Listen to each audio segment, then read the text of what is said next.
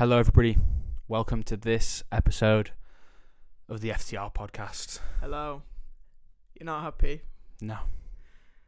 Let's address the fact that we are Dressed up a little bit differently. Obviously, we said in the last episode we'll dress up as people. We tried. But show everybody who you're dressed up as first. Can we stand up? Yeah, of course. Okay. You can probably tell from this that it's some version of Spider-Man. But I decided to dress up as Spider-Man after he's had to go through lost property. Peter Parker in a pajama. This isn't pajama clothes. This is like lost property. But Giorgio did get me this, so I had to rep it. And then one of the people who does watch the podcast on the regular did say that he wants to see me wearing it. So that one's for you, Jake. Yeah. And then obviously Spider-Man. Not quite. I wish. Just to say that last time you tried, you got it straight, like it attached to the phone. I'm going to try it at the end. I'm going to try it at the end again. Yeah, you're gonna try at the end. And I am dressed up as. It's for you to decide, Daniel, who I'm dressed up as. He's dressed up as some sort of hitman person. He basically came in those clothes, and I was like, what can I give him to have him somewhat dressed up? So he looks like a hitman now because I gave him that. Or some detective, I don't know. Something like that. Italiano. I don't know. I was going to say... I don't know who I'm dressed up as, but some sort of hitman. Probably going to shoot my gun at some point today. Fake gun, by the way. It's got the orange on the tip. It's legal. Don't come after us, please. Also, before we start talking a little bit about football, we just want to ask you, all those viewers, thank you very much for watching. And your continued support, of course. Exactly. But Coming for back each those week. who are new, please subscribe, like the video, share it. Notifications on. We've got an Instagram page too. It's linked in the description, all that sort of jazz. Basically, we just post when we've uploaded in case if it gets lost in the source. I understand everybody is subscribed to about 50 million people. I am one of those people, so you might not see it on your For You page on YouTube, but hopefully, if you've got us on Instagram, you'll see everything posted. Our videos are posted every Friday morning, just before the other matches start. So, yeah. 9 or 10 a.m. ideally. Ideally, yeah. But anyway, let's get more into football. This week wasn't a good week. I feel like our last podcast episode just destroyed all of the things that we've said. Oh, Not all of them, but like a few of them. And I felt like, crap, it's our fault. But it's not. It's not at all. It's not at all. Obviously, we spoke a little bit about Man United, Everton, stuff like that. Like the teams we spoke about were still not wrong. One result does not change everything for these teams. Yeah, but we spoke about Calafiori as well, and he's injured now. So it's like... Don't remind me. I don't want to remind myself. Yeah, but But you're reminding it needs to me be too. addressed. It needs to be addressed. It's an issue that is going to cost Arsenal and the whole Premier League I'm not a bit. Right, so this is going to be probably a raging episode from Daniel. So let's start with... I'll let you be the level Should we head. escalate or should we... Let's go in chronological order like usual. Okay, so Tottenham West Ham, what do we think about it? Have you watched the match? Yeah, I watched the match. Okay. It was a good match. At the start, I mean, West Ham did really, really well in the beginning, and then you could just see the difference in quality. Kudos as always. He's a phenomenal player. He really, really is. I admire him so much. He's a player I really want to see take a step up at a higher club because I think he can most certainly do it. If Liverpool didn't have like a Luis Diaz or someone like that, he would walk into that team. Genuinely, he would take that place. Honestly, like, he is that good. Do you think that he should go away from the Premier League then to find more space? Because at What the moment, league, though? there's La Liga, Serie A, or I don't want to put the German league in there, but the issue for me is Kudos deserves to start week in, week out on the wing of like a top team, and there's no real top teams looking for a winger at the moment is the issue. yeah, but there might be an opportunity next summer. If I'm Man United, I'm looking at Yeah, but we don't talk about Man United. Well, it's true though because they're struggling for wingers, especially on like the right wing or whatever. He can play on either. He's a phenomenal player. He brings the skill. He brings the flair, and I genuinely think that you could probably get him for Anthony price, like 80 mil. I think they could get him for that. What's his price at the moment? Did we know? You can look at the market value, but it's very different to what he'll actually sell for. Yeah. So at the moment, he Mohamed Kudus to West Ham was reported to be 44.5 million euros. Okay, so around 38 million pounds is what they're saying. He'll be sold for a lot more. He was sold for about 80 mil. He was signed last year, so his release clause is 85 mil. Yeah, so we're going for around that much. Yeah, like that's the honest truth about it. He's a really good player and he's worth that much money. I think if you're a club and you're looking for a winger, he's top drawer. I don't think he's not the player who'll win you things, but he's a quality player in there. I think. Okay. But based off of what he does is if you're playing, he's the player who can create a bit of magic, change a moment in a match, but he's not going to be able to do that week in, week out and win you a league. That's where he might be able to be put in a team that can potentially win the league. Yeah, he could be, but he's not the player to win them that league. Okay. You know what I mean? He's not your Kevin De Bruyne, he's not your Haaland, he's not your Rodri. He's not that Phil Foden, you know what I mean? He's not that guy who's just going to, okay, we need somebody to turn up for the next 5 or 6, 7, 8 games and just bang one from the heart, like from outside the box. You can't do that. Okay, makes sense. No, I'm with you, but looking at Tottenham, I think they played phenomenally this week. They did play really, really well, and they kept and again, you don't like Son, but Son wasn't the best player on that team.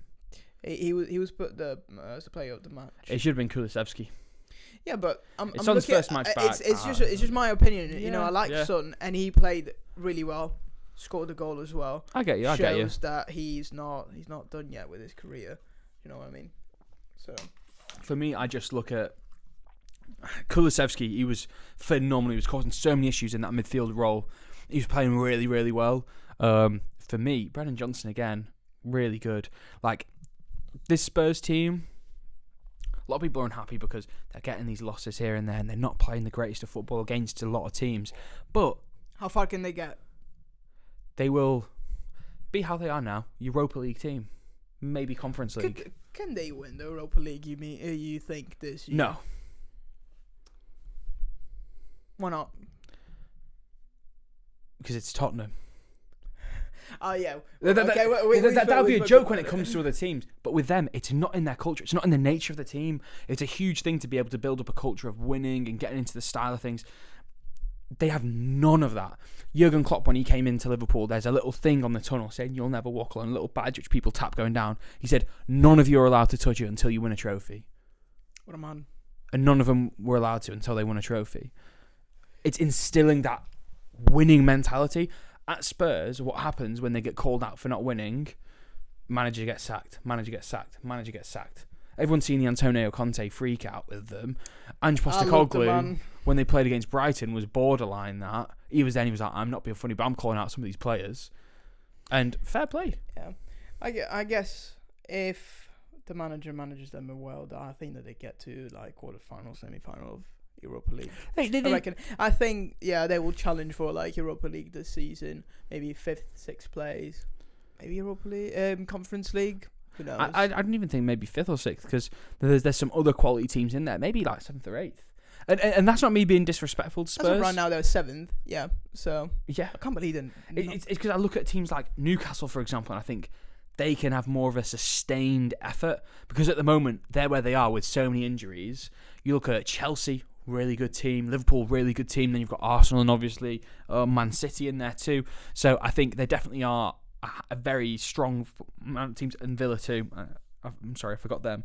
But there's a good amount of teams which are just stronger than them, and that's an issue for Spurs. But I think, West Ham is probably disappointing a lot this season. Yeah. Compared to what they were last season, they are literally 15th, so almost relegation. I mean, I look at it and I think West Ham is a mismatch for the manager.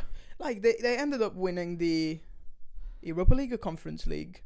The Europa League. No, Conference League. And now they're a couple of seasons back, yeah. Yeah, it baffles me. But they did poor in the league anyway that season. With David Moyes, they were doing... it was very up and down, so I get it. But still, they won a competition in Europe. It's like quite big, playing both in Europe and... The team should be doing better. Yeah. And that's something which the players have to take responsibility for. That they had. But the manager too, in my opinion. I think David Moyes, of course, everybody knows what he's like. I've heard big things about Lopetegui. Apparently, he was great in Spain and everything. This is his second job in England, and the first one I know he was doing all right before he left Wolves. I know he did a decent job there, but if he can't do it here, it's one of those. I think they should look at a manager who's willing to come in and understand, hey, maybe we just need to go 4-4-2 and oof it up top to a big F-off striker or something like that. 4-3-3 with just a big striker up top, have that out ball. Because what I kept on seeing in that match was really poor from Areola. And it's clearly what he's been told to do is, what they do is they pass it around the back. Spurs are good at pressing that first couple of lines. So West Ham would be very condensed towards the back. They'd hoof it long towards the winger.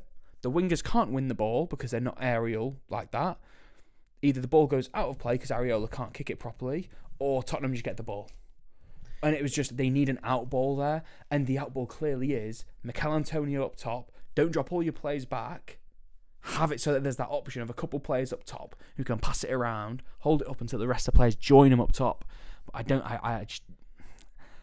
it doesn't make sense to me. And I mean, a lot of teams are doing it this season. It's been pointed out by many other people, not just me. Everyone is trying to play out from the back, even when they don't have the players for it. And that's an issue. You need to be able to just learn, okay, what am I good at? Let's do it. Let's not fanny about. Let's not do the stupid stuff of, okay, you know what? We've got players who struggled in the Championship in our team. Let's pass it out the back. And that's mainly the newly promoted teams. But it's going to leave you open to so many. It's just silly. It's very silly. But I don't think that there's anything else to talk about this match. Who are we going to give our clap for? Round of applause. You said Kulusevski. It's his second match in a row. He's played really well. Last match he played really well too. Did we give him a clap last? I don't remember. No, because last time it was Welbeck, so it's all right anyway. Yeah. So I was gonna say Son, but I think it was Dan's birthday, so let's make the child happy and the child. Wow. Let's give a round of applause to Kulusevski.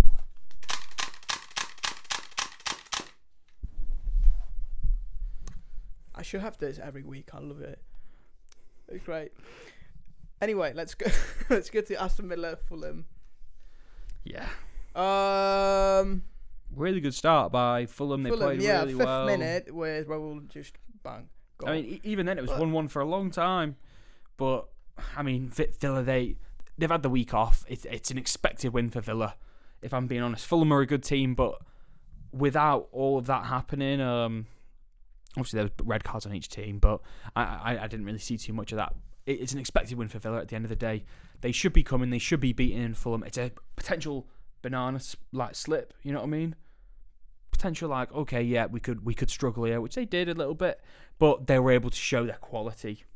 Yeah, I think that Aston Villa are doing really well this season. The manager just keeps going to what the previous 2 seasons has been doing. So I think that again, from what my predictions were, top 4, I think they will keep doing that. And again, they went against Fulham, which is not the strongest of teams, but still Fulham is doing really well. For me, the test will be this weekend. How well they play. Who are they playing this weekend? Well, it's not that. It's because they played in Champions League. Okay. Because obviously they have got the week off, so all their players are fresh, ready to go. But what happens after they've had that little game midweek? They're like, okay, yep, can we perform? Can we do it? They've also won. I know. Champions League. Yeah, so they did well. They've been winning in Champions League. They've been winning in Champions League. Yeah. They've been performing really well. Hopefully they get far in both. No. I said hopefully. I don't want them to. I don't care. It's a good team to watch. We had this conversation yesterday while playing FIFA. He played with Aston Villa and he was like, I hate all of them. I don't want them to go anywhere. I don't hate all of them. I just hate the large majority. Okay. I like Ollie Watkins. Yeah, he's good. I think Ollie Watkins is a quality player.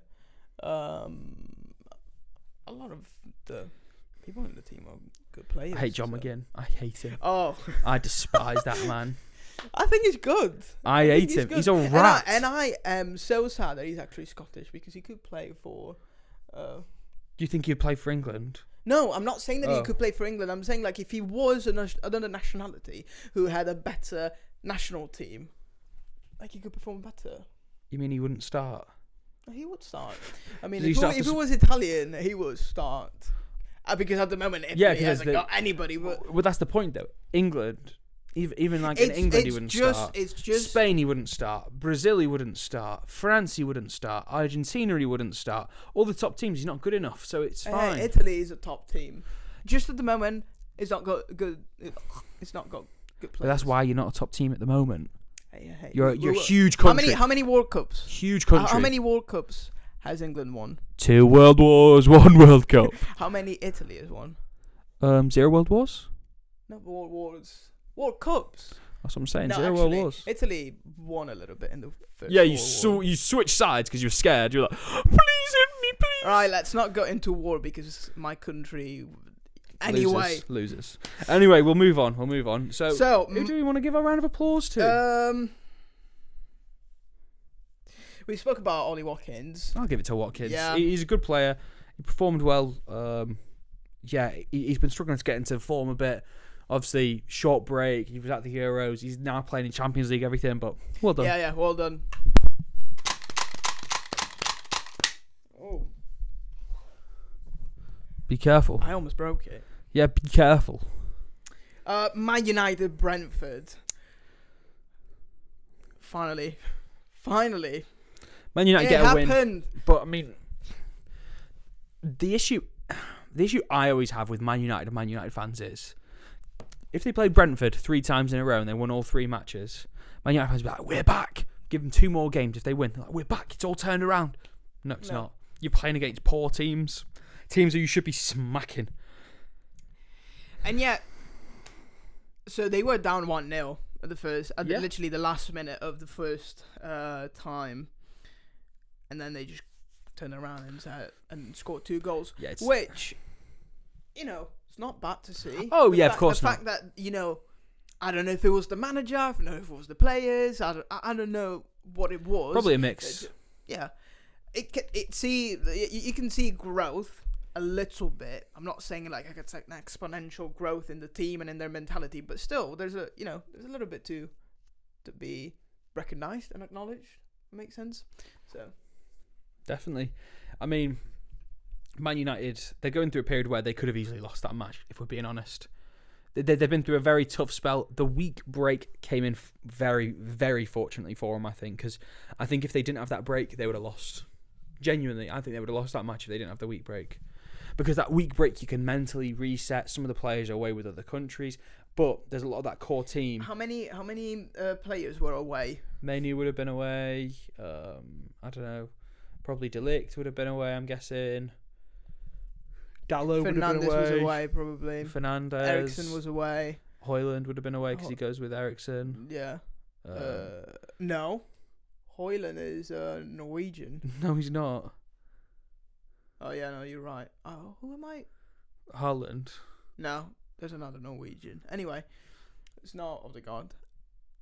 I'm tripping. Yeah, you are. See, I've got the knowledge. I'm not just a pretty face. I've got the knowledge too. I just get confused. Onana would have been away. Anyway, few players there. Yeah, there'd have been a lot of players away, but he's still able to work with the core of that team and be able to try and build them up, talk to them about this, that, and the other, get them into the flow of things. So the way I look at it is, it came at a really good time for them. They were able to reset, but let's see how they do week in, week out. Who are they playing next? I'm not sure actually. Pull it up, Jamie. They are playing West Ham. That'll be a tough one for them. I reckon they should win. Like most of the matches you look at, they should be winning. So it's one of those. It's like, what metric do you want to pull it at? Do you want to pull it at, okay, yeah, well done, they've won a match, or do you want to be like, they should or shouldn't be winning? Yeah, we'll see next week. West Ham again. They can be wild card, as in they could win, they could lose. Who knows? Let's see. Definitely. Who are we giving our round of applause? I don't know. Garnacho maybe. He got man of the match, sure. He's a player I don't mind at United. I hate Bruno, so I don't want to give it to him. Okay, yeah, Garnacho then. Alejandro. Brighton Newcastle, boring game. Brighton won 1-0. I don't think that there's nothing surprising about that. I mean, Newcastle, it's one of those, as expected, they've got injuries. They're going to be up and down a little bit. They'll lose some matches here and there. Brighton's a good team. It's expected. Yeah, no, I think that Brighton is playing very well. They've lost a couple of matches, but still, they are quite high up there. I think that they are fifth. Yeah. Chelsea sixth. So, yeah, I think Brighton has been a quality team lately. But it's sad for Newcastle. Newcastle has been what you mentioned about all the injuries and everything. Yeah. But I think that Newcastle could give more, even with the players that they already have. Really? I mean, if you look at their lineup now, you look at that forward line. You got Gordon up top because they've got no strike. Oh, yeah. Isak was back actually. Isak, yeah. Oh wow. Yeah, they should have been given more then. I didn't realise Isak was back actually. Yeah, they should have been playing better then. Because the main thing for me was without a striker, that changed a lot for them. But I mean, Jacob Murphy up top in that front line. Is Harvey Barnes injured? Can you scroll down for me just to find out? No, he's on the bench. Harvey Barnes, why is he not starting week in, week out? He's coming off the bench, playing really well for him in a lot of matches. And when they're winning, he's changing the match a lot of the time. So I don't know why Murphy is starting. He's crap. He's so bad. Ask the manager and ask him, why are you starting Murphy? Genuinely, I would actually love to ask him that. Like, I watch Murphy play and I just don't see it. I'm just like, he is such a crap footballer. I've never seen it and I don't think I ever will. Manchester United quality at the moment. Honestly. Probably, actually, yeah. You know what I mean? I could see him playing for United. Garnacho instead of him. Mate, United would be in the swap mud. Swap teams. Garnacho could play in Newcastle. Oh, that'd be rough. Oh, cheesy fibs, man. To be fair, I could see Garnacho in Newcastle. Yeah, he'd be a good player. I do like Garnacho. I do. I'll be honest with you. He's the only player in that United team at the moment who I rate. Wait, you don't like Anthony? He's the GOAT. That goes without saying. No, but like obviously there's like Kobe Mainoo in there, but he's been poor this season. He got kind of like thrown into the limelight. I think maybe a bit overrated. Whereas with Garnacho, I think you know what you're going to get from him. He's a good player. He's not top quality or world class yet, but he's a good player showing sparks that top quality. I want to touch very quickly on Tonali. I don't know how I feel about him coming back. He's decent. He's decent, but I would expect more from him. He's had a year out. Exactly, think about it. He's had a year out where he was able to train. Not with the first team. Not with the first team, but train anyway. No, but he can't train with the club. He has to train with individuals he hires himself. It's never going to be to the same standards. Yeah, but again, in that year, you can have kind of like a space of mind where you can just reflect and make goals and set plans for yourself. I understand that there was not that, experience in playing, but he's been playing for like 2 months. He's been back for 2 months, and he's not convinced me that much. No, but like even after 2 months, right? You can't expect him to just come back in and just be like, okay, 2 months is up, I'm ready now. No, it takes a lot longer for him to sink back in because it's not just that. It's him getting used to how his entire team plays around him. Like when to make the passes in. How long did he play for Newcastle before getting suspended? A few months? Yeah, 3 months probably. Exactly. That's nowhere near long enough. If he just transferred to the Prem and he was, 2 months in now? Because this is basically a clean sweep. Like, yeah, he played for 3 months, but that's hardly any time in terms of football. Yeah, no. I don't think he was actually any happy when he arrived. He was miserable because Milan sold him. It was hilarious. Did you see all the stuff? It was so funny. I loved it. When he arrived in the training centre in Newcastle, and they asked his wife, his wife, oh, do you like it here? And he was like, Milan was bigger than this, and he just walked away. I was like, oh, poor boy, he'd just been robbed. Well, Milan knew what was coming. They knew what was coming. Yeah, and they but deal. That's why Inter Milan is better than AC Milan, because at least in Inter Milan they let you know if they're selling you or not. AC Milan is a bit. Since Silvio Berlusconi. Every club can be like that at times, though.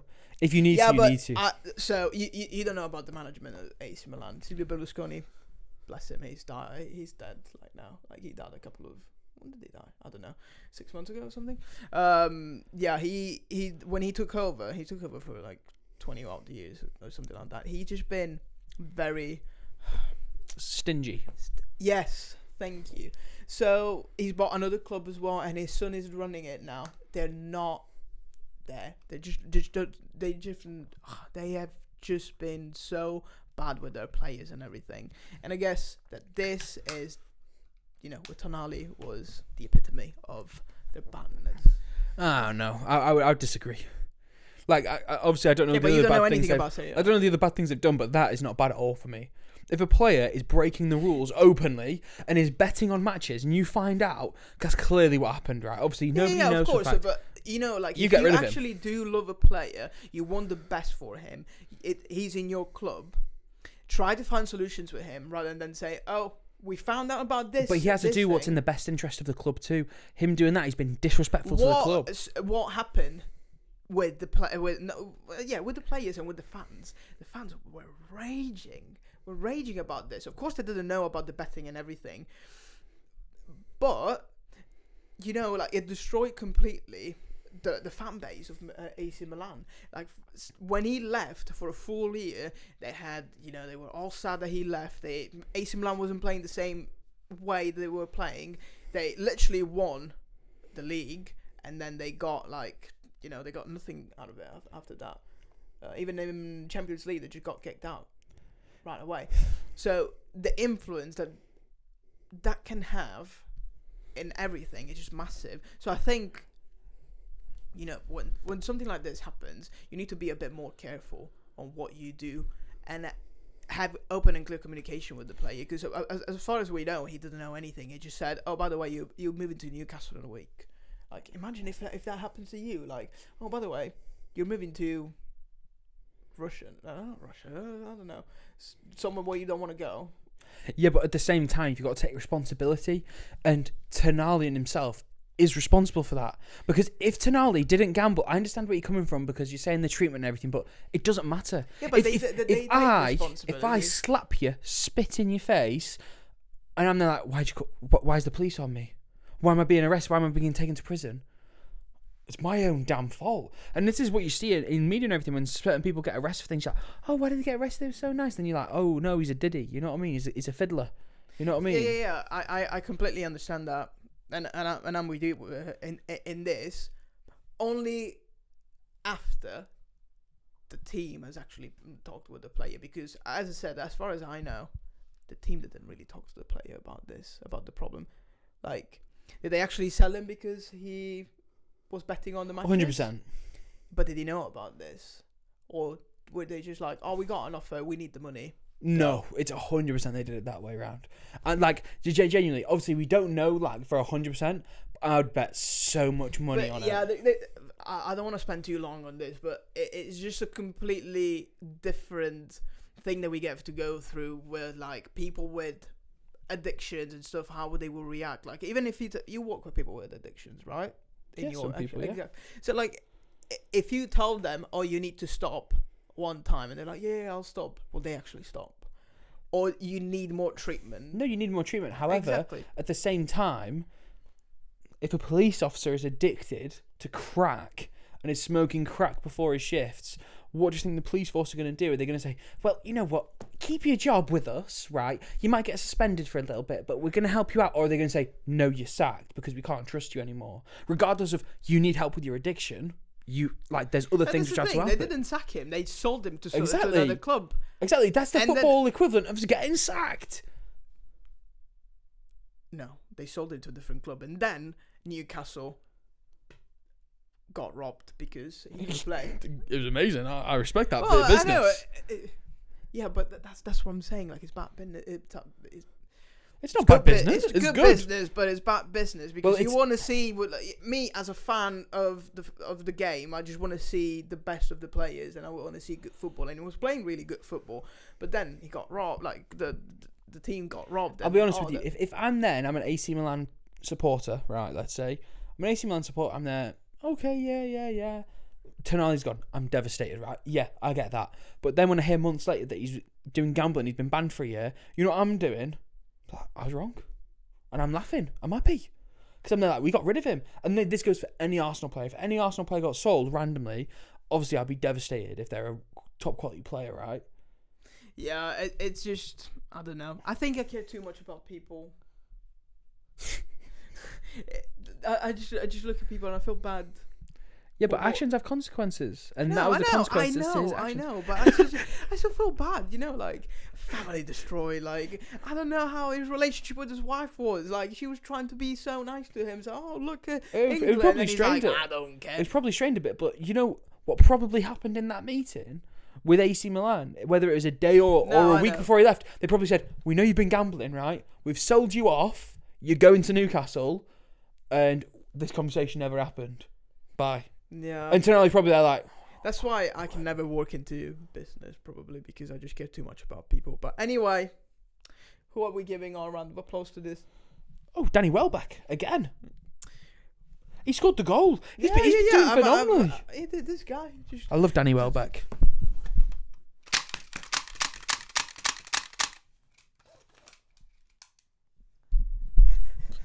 Got to get my little spider web in. Very briefly, Southampton, Leicester. Southampton, another red card. They were 2-0 up and they messed it up. You cannot be doing that against Leicester. These are your rivals for relegation. These guys are all in the shout for relegation, and you're 2-0 up and you can't hold on to it. It's a disgrace. The manager of Southampton has to go.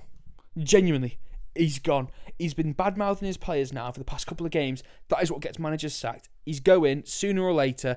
I would just chop and change right now. You got the best chance. You're at the bottom of the league, basically. If you go down, you go down. No, basically, you're literally at the bottom of the league. They're not. with Wolves 1 are. point. Wolves Oh are. yeah, that's true. They're 1 point above because of goal difference. They're 1 place above. Honestly, because it's -13, -12. Told you. Oh yeah. So literally, he has to go now. You've got the only place you can drop is on goal difference. You have to bring someone else new in because it's not the players. Because you've got some good talented players in there. You know what I mean? Like you've got some decent players. What's that young kid who plays on the wing? I can't remember his name. Pull it up. Dibbling, that's it. Dibbling. He's a good player. He's a fast, techie winger. He's 18. Good. Yeah, he's young and he's good. And he's a player you want to see develop at a club like Southampton, especially in the Premier League. You want to see him at the world stage. Yeah, but if he's playing that well, probably he's going to get sold. I doubt it. At that age, he might not go because it's a gamble at that age. But honestly, they need to be winning these matches, especially if they're 2-0 up. However, well done, Leicester. Being 2-0 down, not putting your head down, that's where the experience of players like Jamie Vardy come in. So important. What a guy, what a player. He's I a love phenomenal Jamie player. I think he deserves the round of applause. Proper Barclays. Yeah. I respect it so round heavily. of applause for Jamie Vardy. It's just, they know what it means. And that's the difference that gets brought into it. I think Leaders. I've always said that Leicester is a great team with all the fan base and the managers doing really well. And Steve Cooper. Steve Cooper is a manager who brought Forest up and kept them up. And that's what they went for. They were like, okay, we got brought up by Marseca. Let's get a manager who knows how to keep a team up.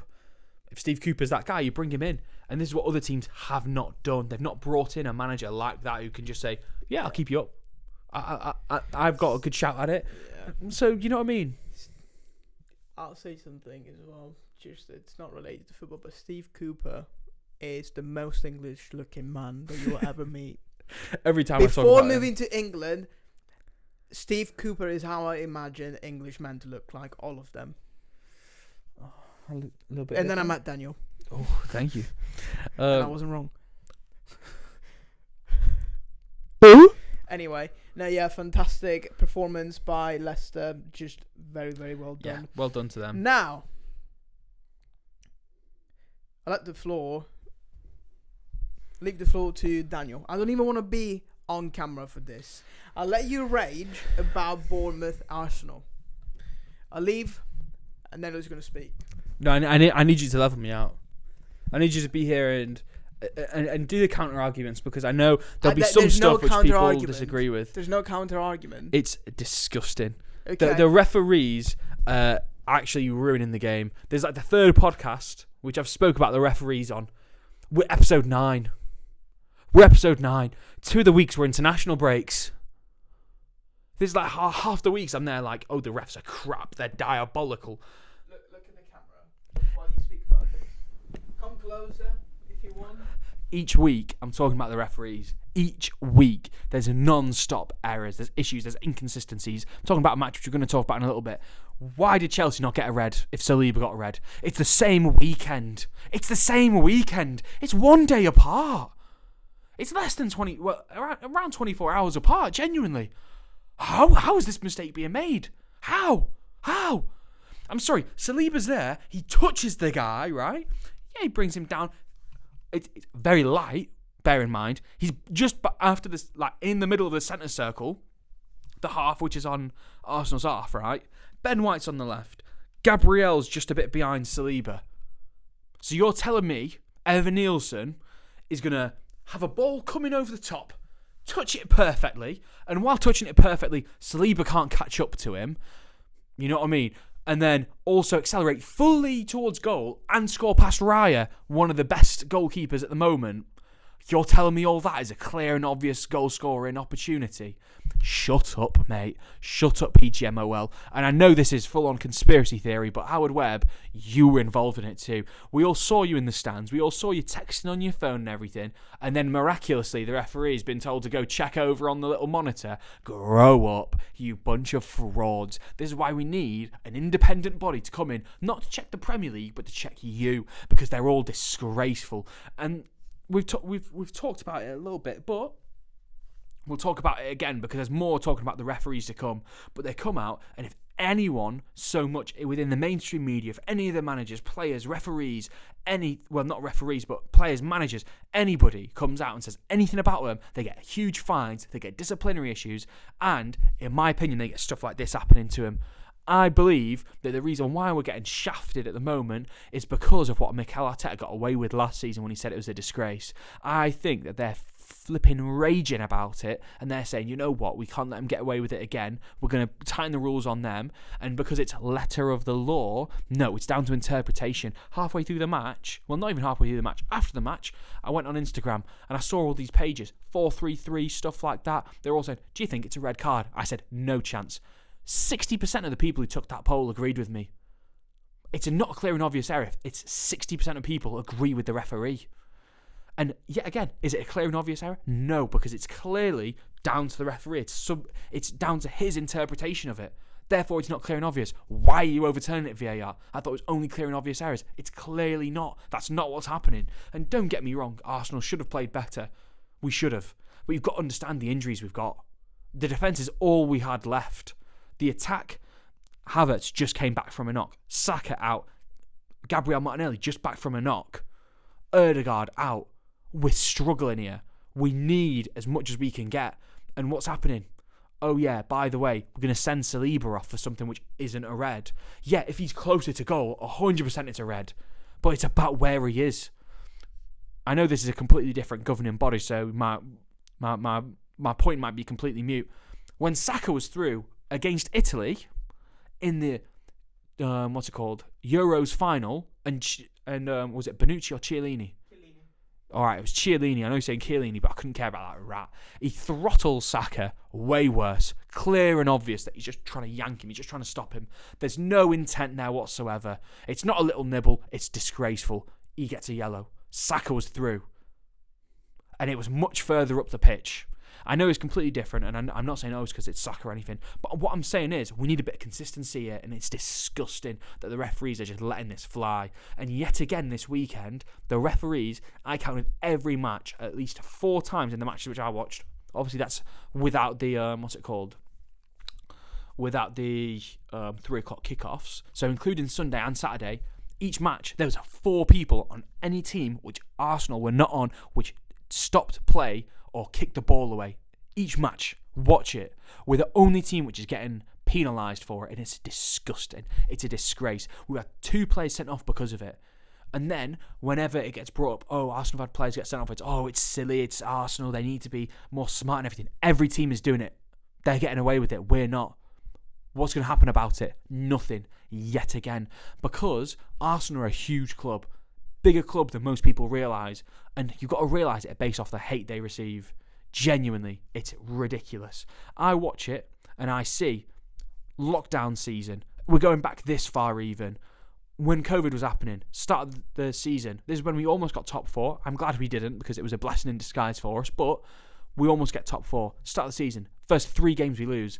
Players were away for all 3 of those matches, influential players with COVID. Later on in the season, what happened? When players would get COVID, oh, you know what? We'll change it now so teams can actually stop and they don't have to play. Where was that at the start of the season? Where? We needed that. We had no Aubameyang, no Lacazette. We had Martinelli starting up top and we lost to Brentford opening match. Yeah, you can still argue that we should have been doing better or whatever. I don't care. It needs to be an even playing field for everybody, and it's not. It's not anymore. And this is where it becomes too far. And this isn't just for Arsenal, right? Because obviously there's some of it which I'm saying conspiracy theories, you know what I mean? I'm putting my tinfoil hat on because I've lost my head. My head is gone. But this is what the referees are doing week in, week out. There's a handful of teams that this happens to. A handful of them. And don't get me wrong, Arsenal get a lot more decisions than some of the lower down teams, because that's true. But out of the top teams, I am raging. Because now Arsenal, we haven't just dropped points against Brighton when we shouldn't have. We haven't just dropped points against City when we shouldn't have. Now we've dropped points against Bournemouth because we had to have Jakub Kiwior playing at centre-half. It's a joke. And it's ridiculous. It has to stop at some point. Because the amount of red cards, this does not improve the game. It makes it worse. The PGMOL need to realise that it does not make it better, the amount of red cards. If it's a fair red card, then yeah, they're changing the rules. They are. These red cards were not red cards last season. And they're not even red cards every match. They're only red cards when the PGMOL want it to be. Therefore, the PGMOL need to sort it out, because you can't have the rules like this. I'm sorry, it's ridiculous. Teams are getting players, well, mainly Arsenal, getting players sent off for stupid reasons, and it's costing huge chances here. Now, I still believe that Arsenal are going to win the league. I think we have a huge chance here. But Liverpool is a huge match now for us. And that's because of the PGMOL, not because of us. And anybody who says it is because of us knows nothing about football. Genuinely nothing. Yes, those are the rules on paper, but guess what? Nobody else is being punished for it. You can't have one team punished and nobody else. If everybody gets yellow cards, then it's fair. But when only one team is getting yellows for it, it's ridiculous. It's a joke. And this isn't me taking away from Bournemouth because they played a good match. And I'm sorry that I'm not giving them their due diligence. Obviously, any team that beats Arsenal will always have my head a bit lost. But it's a joke and it's ridiculous. It's disgusting. And the referee, we need to just dissolve the PGMOL. Genuinely, should get rid of them. They don't know what they're doing. We need referees to come out after Premier League matches, including VAR now, and to be able to be interviewed by real people. Not by Sky Sports, not by TNT Sports, not by people who are going to arse lick them and tell them, well done, you've done a good job, you've followed the letter of the law. You need people to actually come out there and have an actual real interview with them and say, hey mate, why is this not that? And then when they give stupid answers like, well, when you look at it, one of them's 1 centimetre in front of the other one, so it's completely different. Somebody say, isn't that a bit stupid though? Doesn't there need to be a bit of consistency? If it's going that fine, don't we need to change it? You know what I mean? But nobody does that.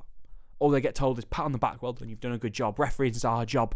If I'm a brain surgeon and I paralyse 5 people in 5 days, guess what? I'm sacked. If a referee makes dodgy decisions every week, you know what? Spend a week in the Championship. We'll still pay you wages. No, get them gone. If they can't do the job, they get sacked. Simple as. And for all the stuff which I've heard in the past about, ex-players as refs, I couldn't care less about ex-players. Get foreign refs in. I've said it how many times? I don't know. We have foreign managers, foreign players, foreign owners. Bring in freaking foreign refs. It don't matter. Teach them how to speak English. They'll do it for the money which we can offer them. It's the biggest league. Don't matter. That's what I'm saying. No, a lot of our players do speak English because they communicate in English. But they often speak other languages too. But bring in a ref. Just have, you know what I mean? Have Google Translate strapped to his chest. I couldn't care less, mate, as long as he's getting the calls right. But it's a joke. It's a joke. And now we've got to play against Liverpool without Saliba. We've got Saka still injured. Martinelli's back, which is the only positive. We've got no Erdegaard. We've got no Calafiori, probably. No Timber. No Saliba. It's a joke. What are we meant to do? It looked like Ben White came off at half-time, so they're conserving minutes for him, so he might not even play. What are we meant to do? Because we've got an injury crisis, and I'm the only one who's pointing it out at all, Because guess what? Everyone else is going to say, if we lose on the weekend to Liverpool, even if it's close, even if it's 1-0, we're playing with a half team. You know what everyone's going to say? Oh, well, Arsenal are out of it now. They've not played well enough. They need to play better. Mate, if you look at what we've lost, think about it. Our two most influential players going forward are out injured. And whose fault is it? Over congestion of matches. That's the only thing about it. Both were injured in international breaks. Both. It's a joke. It's the state of football we live in today, and it's ridiculous. But expect me to get more tilted again because we're going to get due to more refereeing decisions. But Bournemouth, well done. You did your part. You did well. I'm not taking away anything from Bournemouth. I'm not saying, oh, this or that. You know what I mean? I'm not being like that. Bournemouth, you did well. What happened is what happened, and you played with it, and you rolled with it.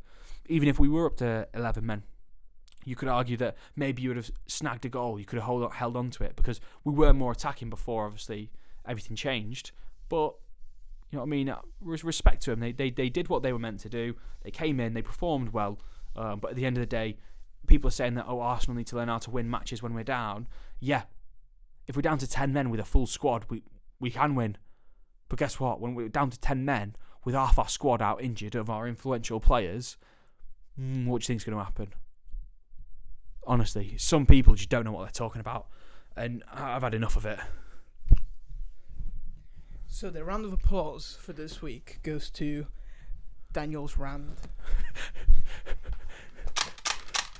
I'm not even clapping because I don't want to be ranting. I don't want to be getting angry. I don't want to be having my weekend ruined quite simply because of that. And then it's ridiculous. It's out of order. We need to see change in the Premier League, and the only way we're going to get it is if we speak up. But nobody speaks up. When the Super League was formed, what happened? People protested outside of stadiums. Yeah. Oh, do we see any protest about the PGMOL? No. Because the only time when people actually... No, it's not even that. The reason why we don't see any of that is because when people get angry, because it affects their team, all the other teams, all the other fans, so let's say Man City have a dodgy call against them, everyone else, instead of being like, this is a terrible decision, everyone goes, way. When it happens to Arsenal, way. No. We need to point out it's a poor decision. I couldn't care less what team it happens to. If Spurs get a poor decision against them, it's a poor decision, and we need to be pointing that out. There's been a lot of other teams where decisions were not the greatest anyway. So it's not like we're only talking about Arsenal because you support Arsenal or anything. It's just, yeah. That's what makes me the most angry and irritated, of course, because when I see it happen to other teams, I'm still there like, that's ridiculous, and we're going to see that in the next two matches. But then when it happens to Arsenal, it's amplified, of course. Yeah. But yeah, let's move on and let's talk about the next match. These next two matches are both points of irritation for me still. I'll be honest with you. So let's not be too... I'm going to do my best, but... Before we move on, I had an idea for the editing. When you're sat in here, I'll do like a really slow zoom into you. It's going to be like all the part that you're raging is going to be like zooming more and more and more into you until it's like this. And then I come back in and it's like zoom out and I say, oh, by the way, clap it for Daniel. I think it's going to look sick. Okay, we'll see. You send me the clip of it when you've done it. Yeah, I'll show you. Don't worry. Wolves Man City. Watched it, raged about it all the way through. I really, really, really had a tiny chance that Wolves. I sent you a message when the first goal went in. Yeah, we were watching it separately, but like honestly, I was with Adam and I was like, "Oh my gosh, this is great! This is great football." We were both like, "Oh, fabulous!" I was just there thinking, you know what? There's a chance here that City slip up, and then it kind of makes up for our error here at the weekend. We're still on the same point as City because that's who I still believe we should be chasing, and we'll get to the other potentials in a moment. But when I saw that going, I was like, "Get in!" Yet again, City struggling without Rodri a bit. Let's be real.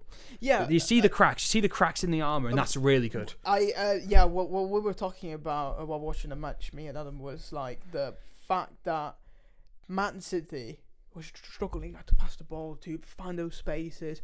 Kovacic was not finding any space. Even Haaland, had a tough match because nobody was passing him the ball. Well, I mean, you look at what they're relying on. They're relying on screamers from outside the box. Yeah. Kovacic. Now it's Guardiola. Guardiola. Oh my god. Anyway, I think our applause is gonna go to Guardiola for that goal. I'm not gonna lie, that was amazing. But anyway, looking at the second half of the match, was just it was all Man City. It was all Man City. Second half. Yeah. And don't get me wrong, that's what's going to happen. With Man City at the moment, it seems like the more chance you get is early on. Once they can see that goal, they're like, crap. You know what I mean? It's like the muscle reaction of when you're about to fall over on a chair. You know when you're swinging on a chair in school and you're like, crap, and you like steady yourself. The kick, like in Inception. Exactly. It's like the kick, but it's like when you're in school, so you catch yourself instead of just falling. It's like that. When they can see, they're like, crap, got to catch ourselves. We hit into gear. But you need to score before then, which obviously Wolves did, and they conceded that goal to Gvardiol, which is just a screamer. You can't do anything about it. It was a great finish. Maybe if someone closed him down, however, with the compactness of what they were trying to do, you've got to leave opportunities like that to happen, because if you rush out, then you're leaving space in behind, all that sort of jazz. But can we just talk about the controversial part of this match? Are you okay with that? Or do you want to cover anything else first? No, just spend 2 minutes talking about the controversial part. Okay, the controversial part obviously is the goal at the end. It's disgusting. Genuinely, Gundogan is there, like touching up the what's it called, the goalkeeper, and then he sees his player shooting and just like starts ducking. It doesn't matter. You're in front of the goalkeeper. It's offside. Like, you're in front of him. That changes things completely. You're interfering with play. Like, you are. Even if you're ducking, that you can say, oh, he was ducking, he was out the side of the keeper's line of sight. Yeah, it was really. If you duck in front of me, it was really controversial. We all thought it was offside, but then VAR was like, genuinely, if you duck, and then I see why they allowed it, but at the same time, it's like, dumb. It was, yeah. If you're 1 meter in front of me and you duck, I still can't see the floor. Yeah. That's what they're thinking is, it's like, oh, he ducked, you could see over his head. He can't see where the ball's going. There's probably about 20 players in front of him. That's what I'm saying. He can go anywhere. That's what I'm saying. I understand why they allowed it, but I'm with you. I think they should have not allowed it. But anyway, that was controversial. Again, VAR is not doing its job. When I say handful of teams, Wolves are one of these teams. They came out and Gary O'Neill suggested, he went, I reckon that the referee could potentially, not saying he was, he very much so danced around it. He said, potentially it's because it was Man City and it was a big team, that there's some subconscious bias there. Not even saying he was biased, he's just saying, potentially maybe in the back of his head, without realising it, they were like, oh, it's City, which team would we rather upset, either City or Wolves? Yeah. And that's a reasonable thing to say, because it's true, this thing does happen. With Arsenal, I see it. We get given things against other teams, which we shouldn't do sometimes, especially against the lower teams. But that's a clear indicator of it. And you know what the PGMOL have said now? They said they want evidence from Gary O'Neill behind his decision because they're furious with what he said. Mate, he can show you all. Opinion. He can show you all the clips. No, but that's the thing. He's going to get a fine for that now. He'll show him all the clips from last season of when they've been screwed over, and he's going to get a fine. And now Wolves are going to be screwed. I'm telling you, they're going to get even more decisions like that. And that's the place of frustration. Gary O'Neill didn't even say it when he was livid. He was saying, oh, I don't get it. You know what I mean? He's a very level-headed manager. I've got a lot of respect for Gary O'Neill. Man, yeah. If you watch the podcast, you know I like him. But he's screwed now. Genuinely, PGMOL will ram their foot so far up his backside, he won't be able to speak for about a month without tasting the dirt off the bottom of their boots. Yeah. Moving on. Liverpool, Chelsea. Wait, we didn't give Gvardiol the cut up. Oh. He scored a banger. Yeah, Guardiola. You know what I mean? He scored a banger. Even though his team shouldn't have won the match, he got them that draw that they deserved. Look at the waveform of my pistol. It's great. And sorry, ADHD moment. Because it wasn't picking up much when you were speaking. I think you can hear me now, guys. Last match, Liverpool Chelsea. I don't want to spend too long on this, just because I was expecting them to draw. I wasn't. I expected Liverpool to win because Chelsea are challenging for top four. There's levels to the game. Like, Liverpool are a solid top four team, in my opinion, and these next few weeks, basically, when they've got these really tough Champions League games, we'll find out more about what they've got in their locker. That's when we'll find out if they're title challengers or not. Like when we see them against Arsenal, if it's another tight win, because of the injuries, I won't be fully convinced. That's just me being completely honest. But you're saying this because Arsenal has got so many injuries that there's not as many players who can play. Because if Odegaard was in, Calafiori was in, all these Saka was in, you know what I mean? You know what I mean? That's right. If it's tight, I'm not fully convinced, but they're convincing me more because Chelsea are a good team, and obviously it was 2-1, and Chelsea got only a yellow card for that challenge, which obviously I mentioned in my rant, which was ridiculous. Like if you do it the day before, you have to keep up with consistency, but this is what they don't do. They don't understand consistency is needed.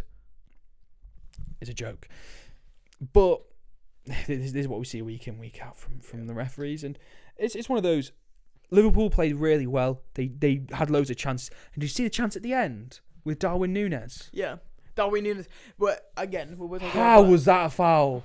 We were talking about this with Adam. Darwin Núñez is just a player that is a wild card. He either plays very, very well for one match, and then he just gets lost in the void of not playing. Well, not it's doing like anything for 10 weeks. With Darwin Núñez, he's just the most like weird type of player you've ever seen because he's got a bunch of good attributes and everything.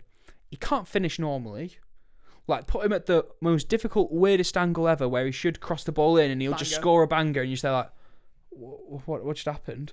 You put him in 1-on-1 with the goalkeeper, even with an empty net, and I put money on him missing. You know what I mean? Like that's what I'm saying. It's so bizarre. He's such a strange player, and I don't know. Yeah, I don't know this guy. I literally want to go inside his head for 5 minutes and study him, and then I will understand. And even then, I would just why are you making this stupid decision? For me, like, this is different because I'm just going back to what started it all off. But how was that a foul? When it was shoulder to shoulder, Darwizi won the ball. He's through 1-on-1 with the goalkeeper. Well, he was about to be through. How was that a foul? And I loved Arne Slot's reaction to it. I'm liking him more and more each week. I'm going to be real with you. He's just a manager who I can get behind. He was raging, and I loved that he was raging because it was like, as he should have. Like I like seeing that genuine side from managers, and that's what I see from Arteta sometimes. And obviously, some people can say he's a bit too like whatever. I can care less, but I like seeing that with managers. I like the fire. I like the passion. I like when Jose Mourinho jump off the bench, run up to the fourth official. You know what I mean? I want to see that. I don't want to see managers that on the sideline being like, I want to see them animated. I want to see them passionate. They're in the match. They want to win. They want to do anything they can to win. And that's what I see from Arne Slot. And he's done a really good job there because Liverpool, solid top 4 team. And after these next few weeks, if they keep up winning and they're still top of the league, they're title challengers. Mm-hmm. And they're going to have to live up to that. Because the thing is for me, which Arne Slot's not proven, is can he keep it up? Yeah.